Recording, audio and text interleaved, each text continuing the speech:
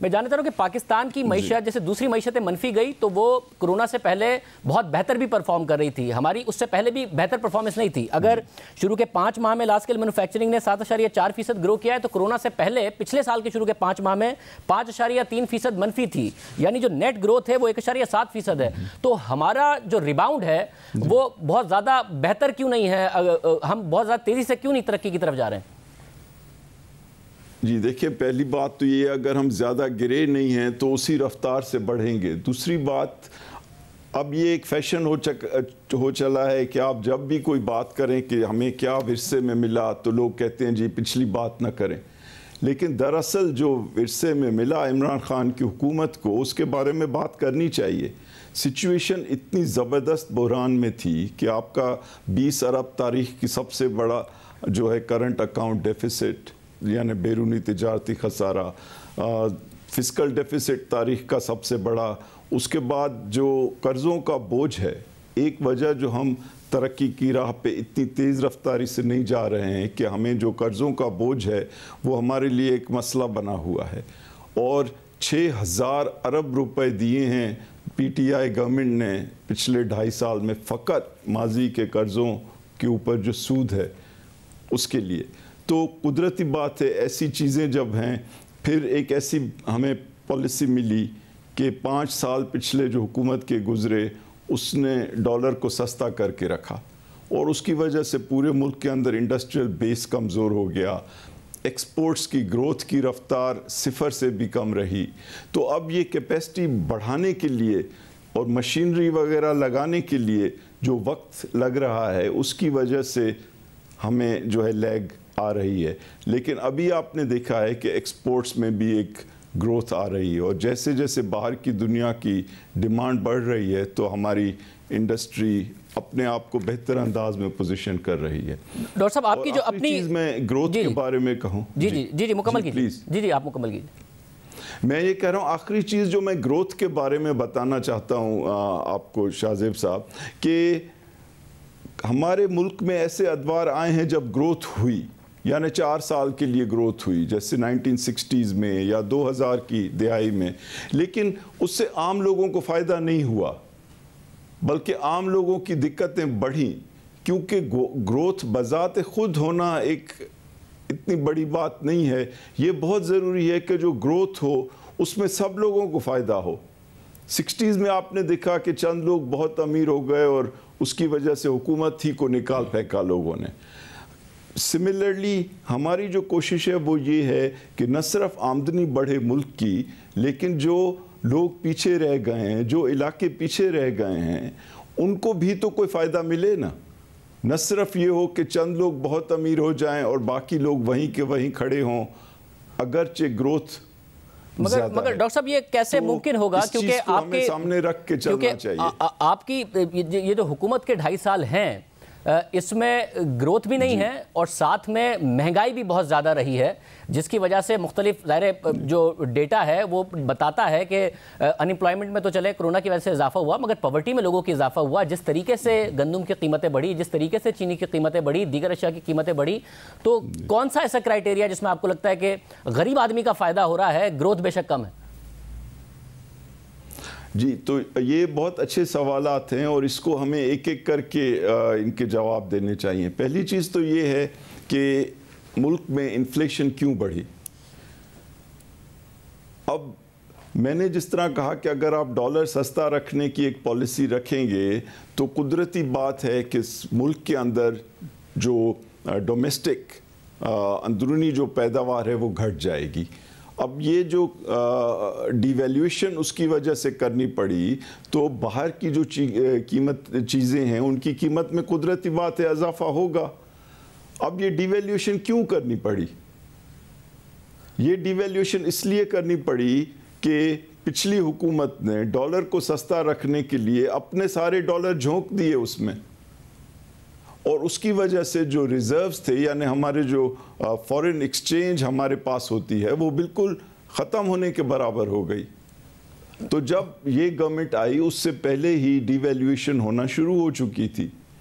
اب ڈومیسٹک کیونکہ پیداوار کے لیے کسی کو موٹیویٹ نہیں کیا گیا تو کیا سچویشن ہے کہ ہم گندم بھی باہر سے منگا رہے ہیں, شکر بھی باہر سے منگا رہے ہیں, دالیں بھی باہر سے منگا رہے ہیں, چائے بھی باہر سے منگا رہے ہیں, پیٹرول بھی باہر ڈاکٹر صاحب جو ایکسٹرنل سائٹ کی چیزوں کے اوپر ڈاکٹر صاحب اس میں دو رائے نہیں ہے کہ آپ لوگوں کو ایک بہت برے حالات میں ایکسٹرنل سیکٹر ملا, روپے کو آرٹیفیشلی رکھا گیا تھا, مصنوعی طریقے سے رکھا گیا تھا, یہ دونوں باتیں آپ کی درست ہیں, مگر 2020 کا جو سال ہے اس میں ظاہر روپیہ تو بالکل مستحکم رہا, اس کے باوجود بہت ہی میجر انفلیشنری پریشرز آئے, اور جس میں ظاہر آپ کی وزارت کا تو قصور نہیں ہے, مگر بہت سارے فیصلے تھے جن پر وقت پر عمل درآمد نہیں ہوا. اپریل میں فیصلہ ہوا کہ گندم درآمد کرنی ہے کیونکہ شارٹیج ہوگی, اگست تک اس پر عمل درآمد نہیں ہوا, سستی اپریل میں منگا سکتے تھے, مہنگی اگست میں منگائی.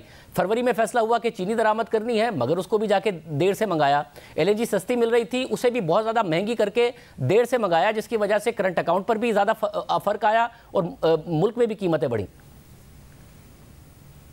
دیکھیں, پہلی چیز یہ ہے کہ گندم یہاں پہ جو پیداوار ہوتی تھی وہ ہماری ڈومیسٹک کنزمپشن کے لیے عموماً پوری ہوتی تھی. اس سال کیا ہوا کہ گندم کی شارٹ فال ہوئی, 25.5 لاکھ ٹن پروڈکشن ہوئی, جبکہ 29 لاکھ کی ہماری جو ہے ضرورت ہے. اور جو پروونشل گورنمنٹس کے ساتھ کوارڈینیشن کر کے جو نمبرز بتائے گئے شروع میں, وہ فورکاسٹ جو کی گئی وہ 100% درست نہ تھی. تو اس میں 12 لاکھ ٹن کی ڈیمانڈ ہوئی تو وہ 12 لاکھ ٹن امپورٹ کی گئی, پھر اس کے بعد مزید امپورٹ کی گئی 20 لاکھ. اب آپ کو پتہ ہے کہ ٹوٹل امپورٹ جو کی گئی ہے وہ تقریباً 40 لاکھ ٹن ہے, جس کے اوپر $1 ارب سے زیادہ ہماری فارن ایکسچینج لگی ہے, اور ساتھ ہی ساتھ 100 ارب روپے سے زیادہ حکومت نے سبسڈی دی ہے. میں آپ کو یہ بتانا چاہ رہا ہوں کہ ڈی ویلیویشن کی وجہ سے اور بیرونی منڈیوں میں اگر قیمت بڑھتی ہے تو اس حکومت کا کوئی ان کے اوپر کنٹرول نہیں ہے. ہم کیا کر سکتے ہیں ان چیزوں کو روکنے کے لیے؟ ہم 3 چیزیں کر رہے ہیں. ایک تو یہ کہ ہم حکومتی اخراجات کو زبردست انداز میں گھٹا رہے ہیں. آپ نے دیکھا کہ حکومت کے جو امپلائیز تھے ان کی تنخواہیں بھی نہیں بڑھائی گئیں, جو ملٹری کے ایکسپینڈیچرز تھے ان کو بھی منجمد کیا گیا, prime minister house, president house, کابینہ کے اخراجات سارے کاٹے گئے, اور اس کی وجہ سے پرائمری جو بیلنس ہے اس کو سرپلس میں کیا گیا. دوسری چیز ہم کیا کر رہے ہیں, ہم یہ کر رہے ہیں کہ ہم سبسڈی دے رہے ہیں تاکہ لوگوں کو جو قیمتیں بڑھ رہی ہیں باہر کی دنیا کی وجہ سے اس کا جو ہے اثر تو کم ہو نا. ڈاکٹر صاحب پرائمری بیلنس سرپلس ہے, اگر آپ مجھے اجازت دیں تو میں فقط یہ بتا دوں کہ کہاں سبسڈی دے رہے ہیں. آپ اسی میں جواب دے دیجیے گا یہ کہ پرائمری بیلنس آپ کا سرپلس ہے, مگر ویسے آپ کا فسکل خسارہ آپ کی اپنی جو جنوری کی رپورٹ ہے فائنانس منسٹری کی, اس کے مطابق پچھلے سال کے مقابلے میں بڑھا ہے, اور ہم نے پہلے سال میں دیکھا 8.9% کا فسکل ڈیفیسٹ تھا, 8.1% کا دوسرے سال میں, اور اس سال بھی لگ رہا ہے جیسے 8% سے اوپر ہوگا. پرائمری سرپلس ہے, مگر شاید آخر کے 2 کوارٹرز میں وہ پرائمری سرپلس نہ رہ پائے. تو بنیادی مسئلہ یہ نہیں ہے کہ ریونیو نہیں اکٹھا کر پائی ہے حکومت, جس کی وجہ سے سارے کے سارے مسائل ہو رہے ہیں, ریونیو کے ٹارگیٹس نہیں پورے کر پا رہے ہیں. دیکھیں آپ جو باتیں کہہ رہے ہیں ان میں سچائی ہے, لیکن جس انداز میں آپ کہہ رہے ہیں تو تاثر ایسے ملے گا کہ گویا حکومت کی غلط پرفارمنس کی وجہ سے فسکل ڈیفیسٹ بڑھ گیا ہے. فسکل ڈیفیسٹ کے 2 حصے ہیں, ایک وہ جو حکومت کے اپنے اخراجات اور آمدنی ہے جس کو ہم پرائمری بیلنس کہتے ہیں, اور جس طرح میں نے کہا کہ وہ خسارے میں نہیں ہے, وہ سرپلس میں ہے. تو پھر سوال یہ اٹھ رہا ہے کہ ہمیں کیوں فسکل ڈیفیسٹ ہمارا نیگیٹو ہے, وہ کیوں ہے خسارے میں؟ اس کی فقط ایک وجہ ہے کہ ہمیں ماضی کے جو حکومتوں نے قرضے لیے ہیں اس کا سود دینا پڑ رہا ہے. اگر آج ہمیں ماضی کے قرضوں کے اوپر سود نہ دینا پڑے تو ہمارا جو ملک ہے وہ خسارے میں نہیں ہوگا, بیکاز یہی پرائمری بیلنس بتا رہا ہے جب وہ سرپلس میں ہوگا. اب دوسری چیز یہ کہ ہم لوگوں کو اگر بیرونی منڈیوں میں قیمتیں بڑھ رہی ہیں اس کی وجہ سے کوئی انفلیشن بڑھ رہی ہے. پہلے تو میں یہ بتاؤں کہ انفلیشن پچھلے سال کے مقابلے میں تقریباً آدھی ہونے جا رہی ہے. پچھلے سال وہ 13 کچھ تھی, اور اب اس وقت وہ 8 پوائنٹس پہ ہے, اور ہمیں امید ہے کہ جنوری کے اندر وہ 7 پوائنٹس ہو جائے گی. تو انفلیشن کی پہلی تو جو بڑی سٹوری ہے وہ یہ کہ وہ پچھلے سال کے مقابلے میں آدھی ہو چکی ہے. اب یہ کہ اس سے نپٹنے کے لیے ہم کیا کر رہے ہیں, پہلی چیز کہ 2000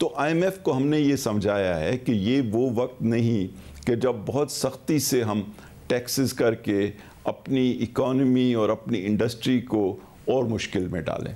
تو یہ ایک فیز ہے چند مہینوں کا جس سے ہمیں گزرنا ہے, لیکن اس کے باوجود بھی کوئی 7% تک کی گروتھ جو ہے وہ ٹیکسز میں آ رہی ہے اس وقت.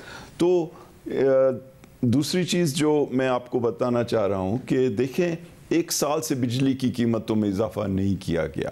جہاں تک پیٹرول کا ہے تو جب پیٹرول کی قیمتیں دنیا میں گر رہی تھی تو پاکستان میں 75 روپے فی لیٹر جو ہے پیٹرول کی گئی اور یہ فائدہ جو ہے پبلک کو پہنچایا گیا.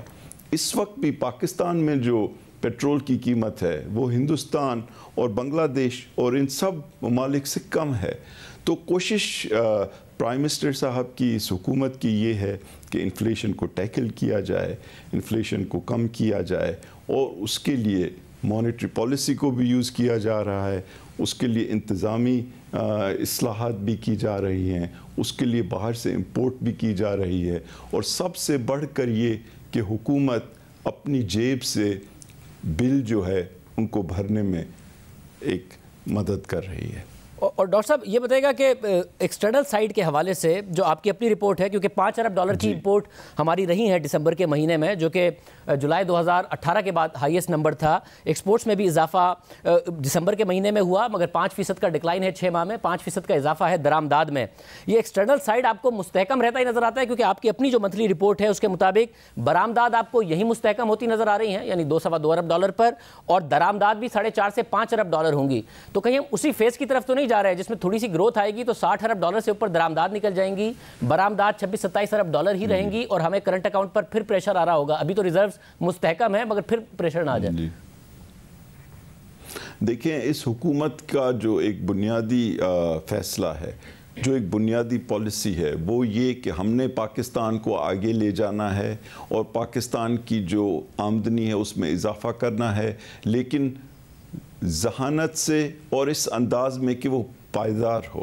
تو اس کے لیے ایکسپورٹس کا بڑھانا بہت ضروری ہے اور ریمیٹنسز کا بڑھانا, کیونکہ کوئی ملک ترقی نہیں کر سکتا, نہ باہر کی چیزیں خرید سکتا ہے اگر ان کے ڈالرز ہی نہ ہوں. تو یہی ہمیں مصیبت ورثے میں ملی کہ پچھلی حکومت ماشاءاللہ سارے ڈالرز ختم کر کے چلی گئی. تو اب ہم یہ غلطی نہیں کرنے جا رہے ہیں کہ ایکسپورٹس کو ہم اگنور کریں, اور ایکسپورٹس کے لیے جو ہم انسینٹیوز دے رہے ہیں, آپ نے دیکھا ہے کہ لونز پہ ان کو مراعات دی جا رہی ہیں, سبسڈی, ان کو بجلی جو ہے وہ کم قیمت پہ دی جا رہی ہے, ان کو گیس کم قیمت پہ دی جا رہی ہے, ان کے ریفنڈز 244 ارب ڈالر کے ریفنڈ پچھلے سال دیے گئے, اور اس سال جو 6 مہینے گزرے ہیں اس میں 217 ارب روپے کے ریفنڈ دیے جا چکے ہیں. یہ ایکسٹرا آرڈنری سٹیپس ہیں, یہ پہلے کبھی نہیں ہوا اس طرح, اور 72 گھنٹے میں ایکسپورٹرز کو ریفنڈ دیے جا رہے ہیں, اور وہ لوگ اپریشیٹ کر رہے ہیں اس کو. جہاں تک آپ کا جو یہ کنسرن ہے کہ آگے چل کر کہیں یہ نہ ہو کہ امپورٹس اور ایکسپورٹس میں گیپ بڑھ جائے, تو یہ بہت اچھی پوائنٹ آپ نے اٹھائی ہے, اور ہمیں جو ہے اس کو سامنے رکھ کے چلنا ہے, کیونکہ ہم اس دور میں دوبارہ نہیں جانا چاہتے کہ ہماری امپورٹس جو ہیں ہمارے ایکسپورٹ سے بہت زیادہ ہو جائیں اور ہم پھر ڈالرز کے چکر میں پڑ جائیں.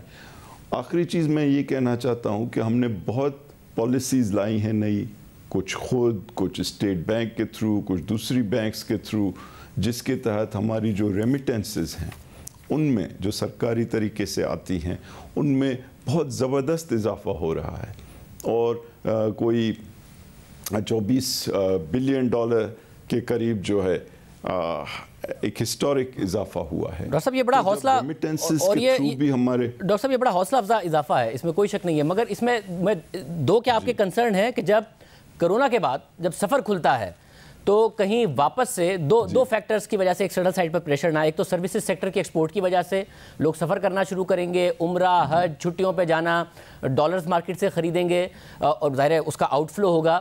ساتھ میں ہنڈی حوالہ نہ دوبارہ شروع ہو جائے جس کی وجہ سے ریمیٹنسز آفیشیل چینل سے آنا پھر نہ کم ہو جائیں. یہ سروسز سیکٹر کی ایکسپورٹ بڑھنا اور ہنڈی حوالہ, یہ دو کنسرن ہیں, یا آپ کے خیال میں یہ نہیں ہوگا؟ جی یہ اگین شاہزیب صاحب آپ نے دونوں جو کنسرنس ریز کیے ہیں یہ بالکل جائز ہیں اور ہمیں جو ہے ان چیزوں کو ایک الرٹنس اور ہوشیاری سے مینیج کرنا ہے. تو آپ کو میں ایشورنس دے رہا ہوں کہ ہم یہ سب چیزیں جو ہیں انشاءاللہ آپ کی توقعات پہ پورا اترنے کے لیے ہر اسٹیپ لیں گے.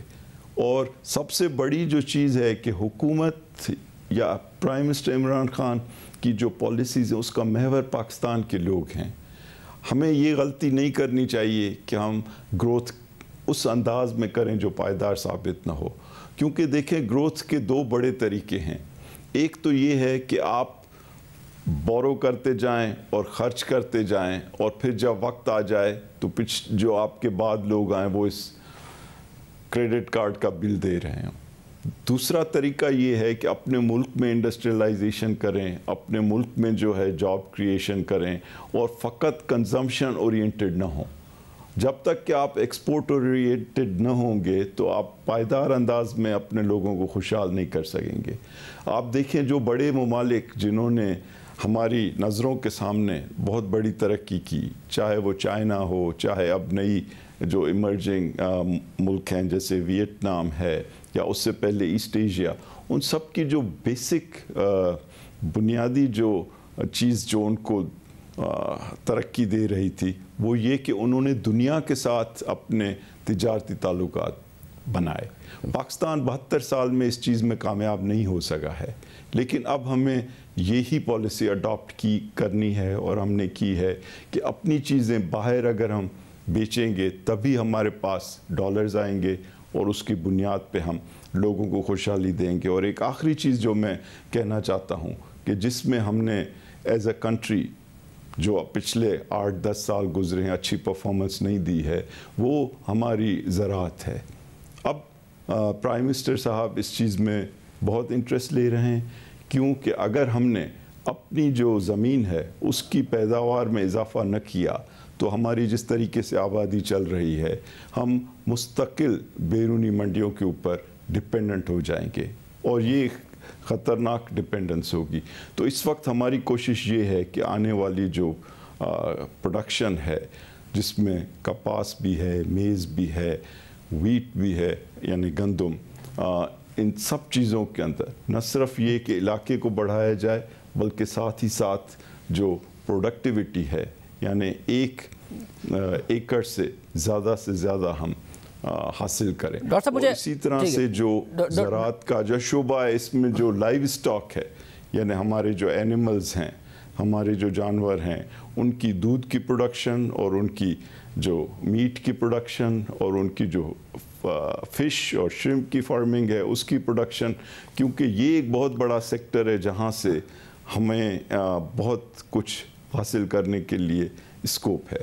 میں امید کرتا ہوں ڈاکٹر صاحب کہ اس پر فوکس بھی ہوگا, کیونکہ وزیر اعظم نے 2.25 سال پہلے بھی لائف سٹاک کے حوالے سے, ایگریکلچر کے حوالے سے بات کی تھی. اب اگر آپ یہ کہہ رہے ہیں, مگر آخر میں مجھے ایک اور بات بتائیے گا کہ ٹیکسٹائل سیکٹر کے حوالے سے خبر آئی کہ ٹیکسٹائل پالیسی میں یہ پروپوز کیا گیا ہے کہ انہیں 0 ریٹڈ کر دیا جائے, اور ماضی میں ہم نے دیکھا ہے کہ وہ اس کا فائدہ اٹھاتے تھے کہ جو ڈومیسٹک ان کی سیلز ہوتی تھی وہ بھی ٹیکس فری, انہیں اس پہ بھی سیلز ٹیکس نہیں دیتے تھے. اور ظاہر ہے یہ جو انسینٹیو ہے ایکسپورٹ کرنے کا وہ زیادہ ہو جاتا ہے اگر ان کی ڈومیسٹک سیلز پر ہو. تو یہ کیا نئی ٹیکسٹائل پالیسی میں آپ یہ کرنے جا رہے ہیں کہ اس کو دوبارہ 0 ریٹڈ کر دیں, چاہے وہ ڈومیسٹکلی بیچ رہے ہو پاکستان کی مارکیٹس میں؟ جی دیکھیں, آپ نے تو اتنا ہوم ورک کیا ہوا ہے ماشاءاللہ کہ ایک اور پروگرام کرنا ہوگا آپ کے ساتھ ساری چیزیں کور کرنے کے لیے. لیکن یہ بھی ایک بہت اہم ایشو ہے کہ کس طریقے سے آپ جو سبسڈی دے رہے ہیں یا مراد دے رہے ہیں ان کو اس انداز میں دیں کہ جن لوگوں کو آپ چاہتے ہیں کہ سبسڈی ملے وہی اس کا فائدہ لے سکیں.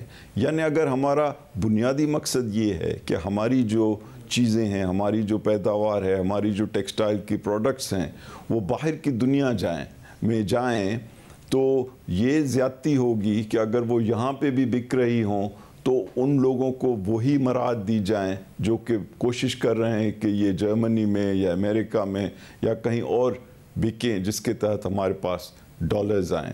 تو یہ ایک مستقل ایک ایشو ہے جس سے ہم